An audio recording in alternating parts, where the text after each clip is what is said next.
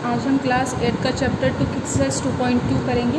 तो देखो 2.2 में हमने क्वेश्चन नंबर 10 तक पढ़ लिया था। क्वेश्चन नंबर 11 करेंगे अपन। देखो क्वेश्चन नंबर 11 क्या है अपना, present age of Shasha and Manisha are in a ratio 4:5 8 year from now. The ratio of their age will be 5:6। Find their present age. तो देखो अभी जब हम क्या बोल रहे हैं यहाँ पे, present age of Shasha and Manisha का रेशो कितना है, 4 और 5।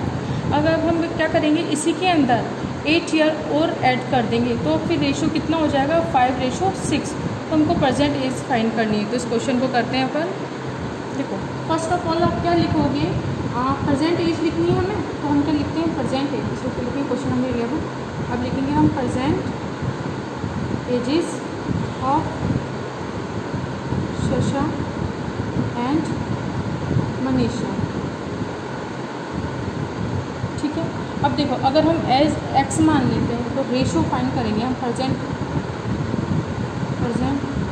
एजेस ऑफ, है ना, रेशो कितना हो जाएगा इनका।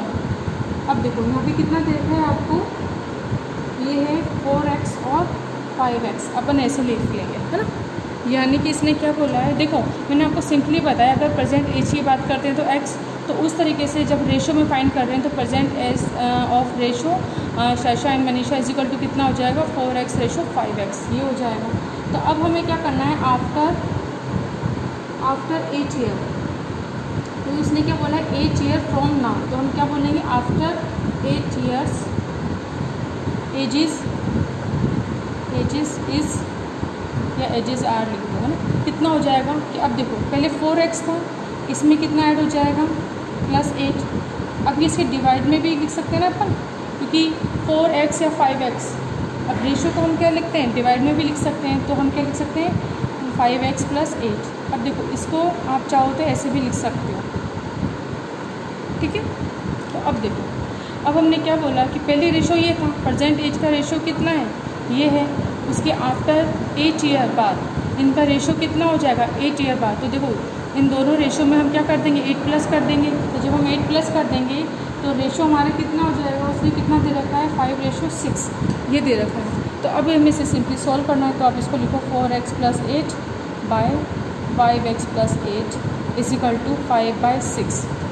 अब एक बार वापस से समझा रही हूँ आपको, क्वेश्चन ईजी है। करना क्या है कि सबसे पहले आपको प्रेजेंट एज का रेशो दे रखा था 4:5, है ना।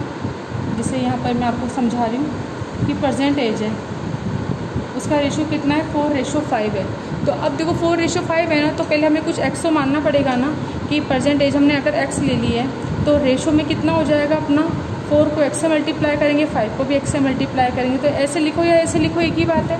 अब उसके बाद बोला ये जो आपका प्रेजेंट एज का रेशो है, इसके 8 साल बाद, जब 8 साल बाद है तो दोनों की एज, ये जो एजेस हैं, तो दोनों की एज के अंदर 8+ होगा, क्योंकि अगर 8 साल बाद इसमें अगर 8+ होगा तो इसमें भी होगा। तो इसलिए हम क्या कर देंगे, ऊपर भी 8+ कर देंगे, नीचे भी 8+ कर देंगे। तो जब 8 साल बाद रेशो कितना हो जाता है, 5:6। तो अब हमें क्या निकालनी है, इनकी वैल्यू निकालनी है। तो वैल्यू निकालने के लिए अपन क्या कर देंगे, अब इसका क्रॉस मल्टीप्लिकेशन कर दो, इसको इधर मल्टीप्लाई कर दो। तो 6 × 48 + 8, ये कितना हो जाएगा, 5 × 5x + 8 मल्टीप्लाई करो, ये x है।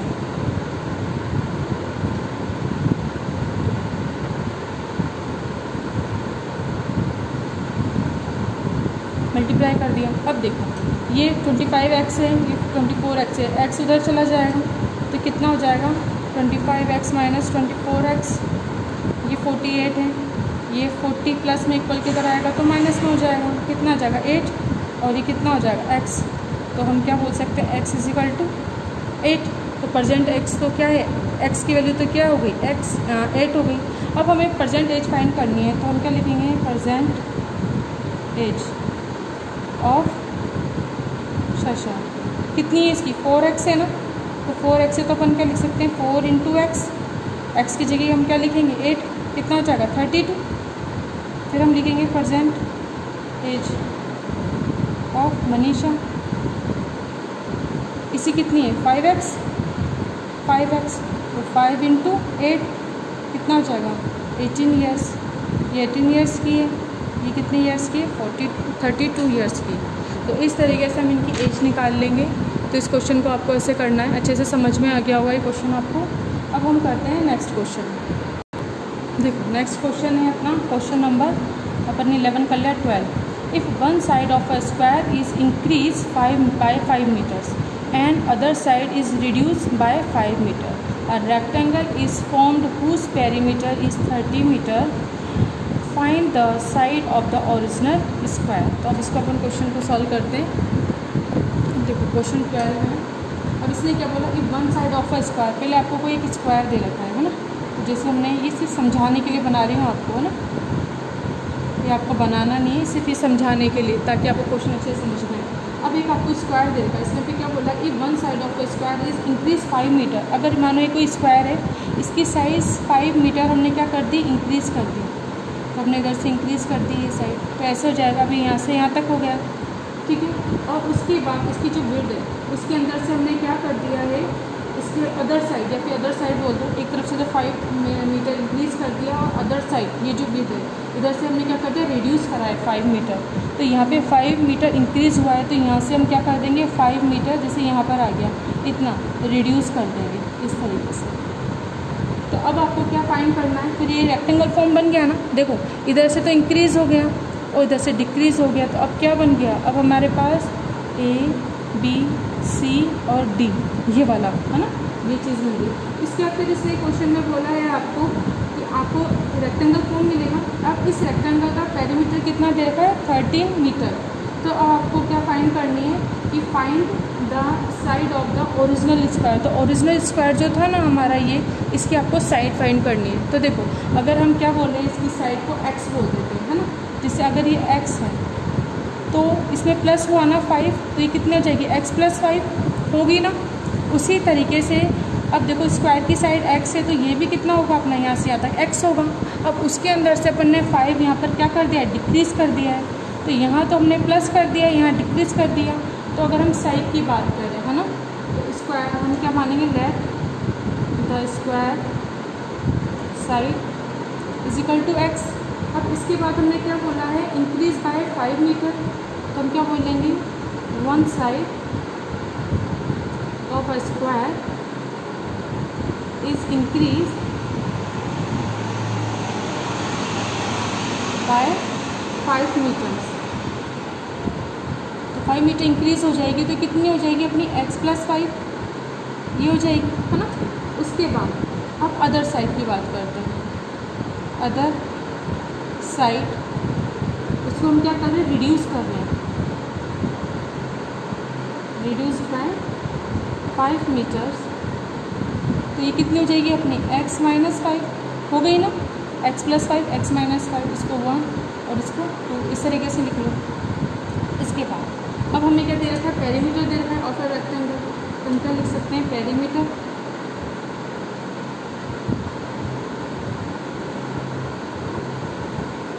= 30 मीटर, ये गिवन है आपको, है ना। तो अब हमें पता है फॉर्मूला कि पेरीमीटर का फॉर्मूला क्या होता है, = 2L + B, यही होता है ना।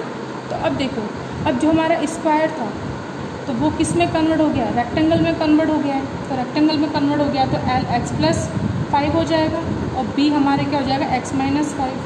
तो हम यहाँ पे क्या लिखेंगे, पेरीमीटर की जगह 30, 2x + 5, ब्रैकेट लगा देना इस वजह से, प्लस x - 5 ऐसे हो जाएगा। अब इसके बाद हम क्या करेंगे, इसको सिंपली सॉल्व कर लेंगे। तो सॉल्व करो 32। अब हम इसे जब ऐड करेंगे तो देखो x + 5 + x - 5 ऐसे हो गया, प्लस माइनस कैंसिल हो गए, x और x 2x हो गए, तो कितना हो जाएगा 2 और 2x ऐसे हो जाएंगे। इसके बाद अब आप क्या करोगे, 30, 2 2 = 4x। अब x यहाँ पे मल्टीप्लाई में है तो x इधर, ये इसकी क्या हो जाएगा, डिवाइड में हो जाएगा।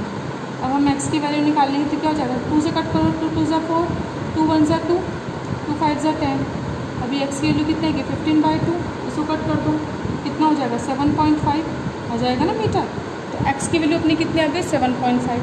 तो हमें क्या चाहिए था, क्वेश्चन में आपको क्या पूछा था इसने, फाइंड करना है, find the side of the original square. तो एक्स किसकी वैल्यू है, ओरिजिनल स्क्वायर की वैल्यू है ना, और एक्स इज इक्वल टू 7.5 आया है, तो हम लिख देंगे यहाँ पे, तो हम क्या लिखेंगे, the side of the original square is 7.5 meter, ये आंसर है। तो इस तरीके से क्वेश्चन नंबर 12 हो जाएगा। एक बार वापस से समझा देती हूँ मैं आपको। देखो कि इस टाइप के क्वेश्चन आएंगे, क्योंकि ये इस टाइप के क्वेश्चन आपको समझ में आने चाहिए अच्छे से, क्योंकि करना बहुत इजी है, सिर्फ आपको थोड़ा सा समझना है। अगर आपको समझ में अच्छे से आ गया तो क्वेश्चन आप यूँ ही कर दोगे बहुत जल्दी। तो देखो इसमें वापस बता रही हूँ, आपको एक स्क्वायर दे रखा था जिसकी साइड हमको पता नहीं है, फिर इसने बोला उस स्क्वायर में हमने 5 इंक्रीज़ कर दिया एक साइड पर, तो दूसरी साइड पर हमने 5 को डिक्रीज़ कर दिया। अब इंक्रीज़ करा तो ऐसे हो गया, और डिक्रीज़ करा तो ये ऐसे हो जाएगा, यहाँ तक आ जाएगा, तब क्या हो जाएगा, ये स्क्वायर रेक्टेंगल में कन्वर्ट हो जाएगा। अब हमें पता है कि इस रेक्टेंगल का पेरीमीटर 30 मीटर दे रखा है, आपको गिवन है। तब आपको हमें पता है इसका फॉर्मूला क्या होता है, 2l+b होता है। तो हम अब l की जगह पहले x अब कितना हो गया, x + 5 वो लिख देंगे, प्लस b कितना हो गया, x - 5 उसे लिख दिया। अब इसे सिंपली सॉल्व कर दिया, 5 प्लस माइनस कैंसिल होगा, ये 2x हो जाएगा, ये मल्टीप्लाई हो जाएगा, 4x हो जाएगा, x रहेगा, ये इसकी डिवाइड में चला जाएगा, कट करेंगे तो आंसर कितना आ जाएगा, 7.5 मीटर। तो इस तरीके से क्वेश्चन 12 हो जाएगा आपका कंप्लीट। देखिए क्वेश्चन नंबर 14 है अपना, a streamer goes down stream and cover the distance between 2 pot in 4 hours while it covers the same distance upstream in 6 hours. If the speed of the stream is 2 km/h, find the speed of the steamer in still water. अब हम इस question को कैसे करेंगे कि देखो अब इसके अंदर आपको क्या क्या दे रखा है उसे समझो अच्छे से। देखो इस क्वेश्चन के अंदर हम क्या मान लेंगे कि अभी आपको भाई स्पीड अगर हम मान लें तो हम क्या मान लेंगे, let the speed of the steamer is equal to x km/h, है ना, हमने ये मान लिया। अब देखो इस क्वेश्चन को समझो पहले। अब जैसे हम A से B, इसे हमने A बोल दिया, इसे हमने B बोल दिया, और इसकी डिस्टेंस हमें पता नहीं है तो हमने क्या मान ली, D, कुछ भी मान सकते हैं अपन, है ना। तो हमने इसकी क्या मान ली, इस डिस्टेंस को हमने D मान लिया। अब देखो अब यहाँ से यहाँ तक जब हम क्या बोलते हैं, इस क्वेश्चन के अंदर क्या है कि steamer goes down stream and cover the distance between 2 ports is 4 hours। अगर वो डाउन स्ट्रीम पे जाता है, A से B, है ना, नीचे की तरफ डाउन स्ट्रीम पे जाता है, तो उसने कितना कवर कर लेता है वो इस डिस्टेंस को 4 hours में। तो अगर हम यहाँ पर लिख दें ऐसे डाउन स्ट्रीम, है ना, स्ट्रीम एंड टाइम कितना हो जाएगा, डाउन स्ट्रीम पे टाइम कितना दे रखा है, 4 hours दे रखा है, ठीक है ना। 4 hours के अंदर वो जितनी भी डिस्टेंस है A से B तक, जब वो डाउन स्ट्रीम पे जाता है तो वो उसे कितने, यहाँ से A से B को कितने में कवर कर लेता है इस डिस्टेंस को, 4 hours। और उसी तरीके से जब वो अप स्ट्रीम पे जाता है ना, अप स्ट्रीम, जब अप स्ट्रीम पे चलता है वो, है ना, अप स्ट्रीम होता है, तो वो कितने डिस्टेंस में कवर कर लेता है इसको, 6 hours के अंदर कंप्लीट कर दिया। तो अब आपको बताना है कि एक तो स्पीड क्या बतानी है आपको, find the speed of the steel in water, water के अंदर इसकी क्या बतानी है आपको, स्पीड बतानी है। तो सबसे पहले अब इसमें देखो, जैसे अब इसको हम कैसे करेंगे कि हमें सबसे पहले फॉर्मूला पता होना चाहिए कि स्पीड का क्या होता है, speed is equal to distance upon time, ये होता है, speed is equal to distance upon time. अब यहाँ पर हम क्या बोलते हैं, हमें स्पीड चाहिए। अब आप एक चीज़ बताओ, जैसे एक सिंपली हम बात करते हैं, ये तो स्ट्रीम की बात है, अगर हम खुद भी बात करें तो जैसे अगर मानो आप किसी ऊपर की तरफ चढ़ रहे हो, है ना, तो उसमें चढ़ने में ज़्यादा टाइम लगता है ना, स्पीड हमारी कम हो जाती है। जब हमारी स्पीड कम हो जाती है, जैसे आप मानो किसी ब्रिज पर भी चढ़ रहे हो, मैं सिर्फ एक जनरल तरीके से समझा रही हूँ आपको, अगर हम उस पर चढ़ेंगे तो हमें टाइम ज़्यादा लगता है ना, क्योंकि स्पीड हमारी कम हो जाती है, होती कि नहीं होती है। और उसी तरह से अगर हम डाउन की तरफ जाते हैं, नीचे की तरफ, तो स्पीड हमारी क्या हो जाती है, तेज़ हो जाती है, यानी कि हम क्या होता है, हमारा टाइम कम टाइम में हम ज़्यादा पहुँच जाते हैं, जल्दी पहुँच जाते हैं। और अगर हमें ऊपर जाना है तो हमारी स्पीड भी कम हो जाती है और हमें जाने में भी ज़्यादा टाइम लगता है, जबकि उतरने में हमें कम टाइम लगता है और हमारी स्पीड भी ज़्यादा हो जाती है। ये एक नेचुरल बात है, ये आपको समझ में आती है अच्छे से। तो बस अगर ये समझ में आता है तो क्वेश्चन अपना हो जाएगा। अब आपको क्या करना है कि देखो यहाँ पर हमें पता है कि डिस्टेंस हमें पता नहीं है, हमने डी लिख दिया। अब हमें क्या चाहिए, ये डाउन स्ट्रीम पे हमारा कितना है टाइम, 4 आवर्स है ना, तो हम क्या लिखेंगे d/4 इजिकल टू। अब स्ट्रीम हमारी यहाँ पे पहले आपको स्पीड कितनी दे रखी है, स्पीड है ना, given speed is equal to 2 km/h, ये आपको स्पीड दे रखी है। तो अब देखो ये तो नॉर्मल स्पीड दे रखी है। अब अगर आप अब है ना डाउन स्ट्रीम, जैसे इसमें फर्स्ट वाला है क्या है आपका डाउन स्ट्रीम है ना, तो जब आप डाउन स्ट्रीम पे जाओगे तो आपकी क्या हो जाएगी, स्पीड बढ़ जाएगी ना। अगर मानो पहले x थी तो जैसे आप जाओगे तो यहाँ पे क्या हो रहा है, पहले नॉर्मल स्पीड 2x है, तो ये 2x बढ़ जाएगी ना, तो हम इसे क्या बोल देंगे, इसको आप डायरेक्ट क्या लिख दोगे x+2। स्पीड हमारी क्या हो गई, बढ़ गई डाउन स्ट्रीम पे। यहाँ पे क्या लिख दोगे आप डाउन स्ट्रीम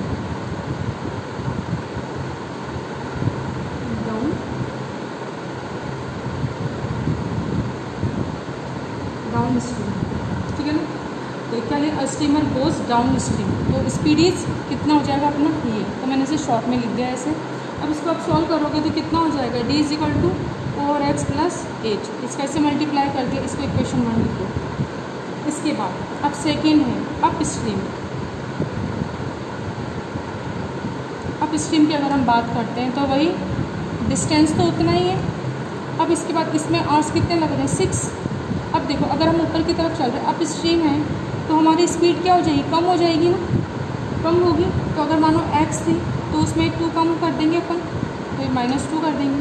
अब इसको मल्टीप्लाई कर दो तो 6x - 12, इसको 2 लिख दो। अब हमें पता है हमें x की वैल्यू चाहिए, तो dd दोनों में कॉमन है, तो हम क्या करेंगे 1 = 2 कर देंगे।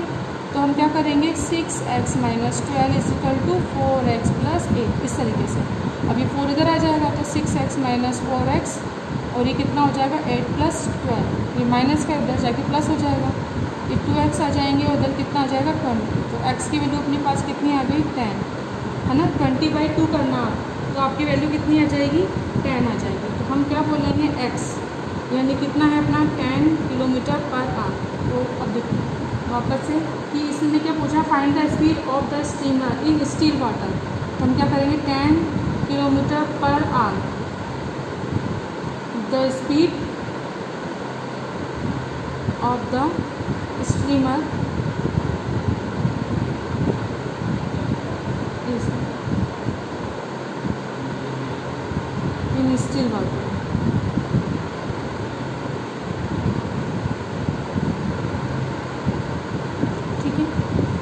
आप ये कर लोगे कि देखो सबसे पहले find the speed of the streamer कितना हो जाएगा, अपन ने सबसे पहले मान ली खुद ही कि x है।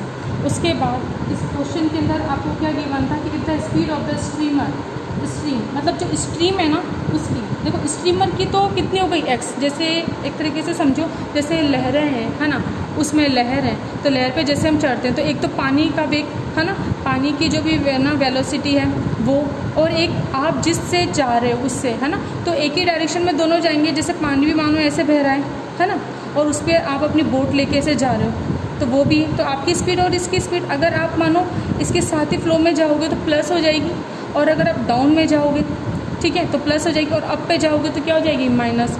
तो वही चीज़ है कि अगर आपको बोलेंगे कि स्ट्रीमर की तो हमें पता ही नहीं तो हमने x मान ली, और अगर हम स्टीम की बोले है ना तो अगर हम यहाँ पे लिख लेते हैं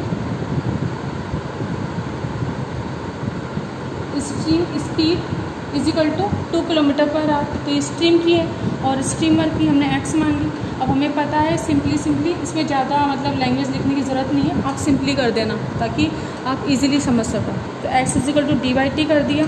अब डाउन स्ट्रीम है तो भाई आपको पता है कि जब डाउन होगा तो स्ट्रीमर की स्पीड और जो स्ट्रीम की स्पीड है दोनों ऐड हो जाएंगी, तो दोनों को ऐड कर देंगे, इसको इससे मल्टीप्लाई कर देना, ये आ जाएगा। अप स्ट्रीम पे जाएंगे तो क्या होगा, अप स्ट्रीम में उसके क्या हो जाएगा स्ट्रीमर की जो भी है उसमें से स्ट्रीम की स्पीड माइनस हो जाएगी, माइनस कर दी तो डी की वैल्यू कितनी आ जाएगी, ये आ जाएगी, मल्टीप्लाई किया। अब हमें पता है दोनों तरफ डिस्टेंस तो हमारा इक्वल है ना, क्योंकि ए से बी तक, तो डी डी दोनों में कॉमन है, तो इस डी की जगह हम क्या लिख सकते हैं, ये वैल्यू रख सकते हैं, तो ये वैल्यू रख दी और ये हो गया। अब 6x है 4x है, इधर की तरफ आएगा तो माइनस का हो जाएगा, 6x - 4x = 8, ये माइनस का उधर जाएगा प्लस का हो जाएगा, 2x इजिकल टू 20, x की वैल्यू कितनी आ जाएगी, 2 का इसमें डिवीजन दे देना 20 में 10 टाइम्स, x की वैल्यू 10 आ गई। तो 10 ही क्या है हमारे स्टीमर की स्पीड है इन द स्टिल वाटर। तो इस तरीके से क्वेश्चन नंबर 14 कर लोगे आप। देखो नेक्स्ट है अपना क्वेश्चन नंबर 16, इसको हम करते हैं। 15 ही आपको होमवर्क में करना है, अब हम 16 करते हैं। देखो देयर आर 60 पैसेंजर इन अ बस, सम विथ 5 रुपये टिकट्स, सम विथ 10 रुपये tickets and remaining with 15 rupees ticket. The passenger with 5 रुपये tickets is twice the passenger with 15 rupees tickets. If the total collection for this passenger is 525 rupees, find how many passenger will ticket worth 10 rupees. तो अब देखो passenger कितने हैं यहाँ पे 60 है, फिर इसमें कितने, कुछ ने 5 रुपये के टिकट लिए हैं, कुछ ने 10 रुपये के टिकट लिए हैं और बाकी जो बचे उन्होंने 15 रुपये के टिकट लिए हैं। अब हम क्या बोल रहे हैं, जो पैसेंजर हैं जिसने 5 रुपये के टिकट लिए हैं is the twice the passenger with the 15 रुपये टिकट्स, यानी 5 रुपये के टिकट लेने वाले ट्वाइस हैं 15 रुपये टिकट लेने वालों के, इनकी क्या है संख्या ज़्यादा है। अब इसके बाद हम बोल रहे हैं if the total collection from the this passenger is कितना है 525, यानी इन सबका जो हमने टोटल कलेक्शन किया तो वो कितने आ रहे हैं अपने 525। तो हमें फाइंड क्या करना है, find how many passenger have ticket worth 10 rupees ticket, मतलब हमें वो पैसेंजर फाइंड करने हैं जिन्होंने क्या लिया है 10 रुपये का टिकट लिया है। तो इसको कैसे करेंगे, देखो फर्स्ट ऑफ ऑल देखो अब हम क्या मानेंगे 16 का कि 15 रुपीज़ का टिकट हम मान लेंगे let the passenger is equal to, है ना। तो अगर हम मानेंगे लेट पैसेंजर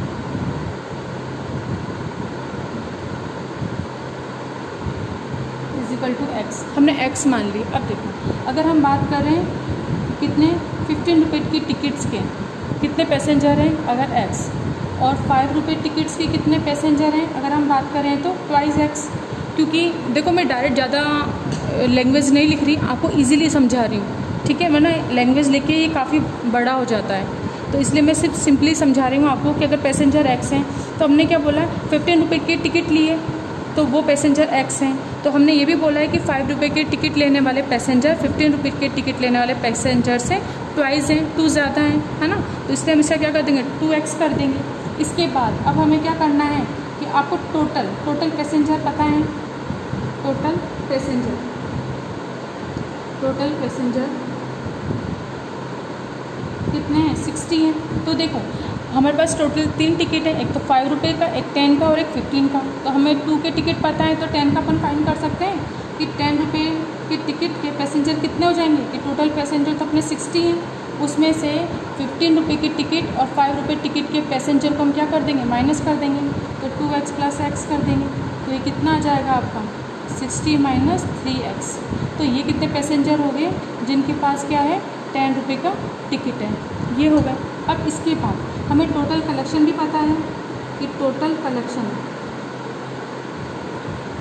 कितना है 525 रुपीज़, ये है।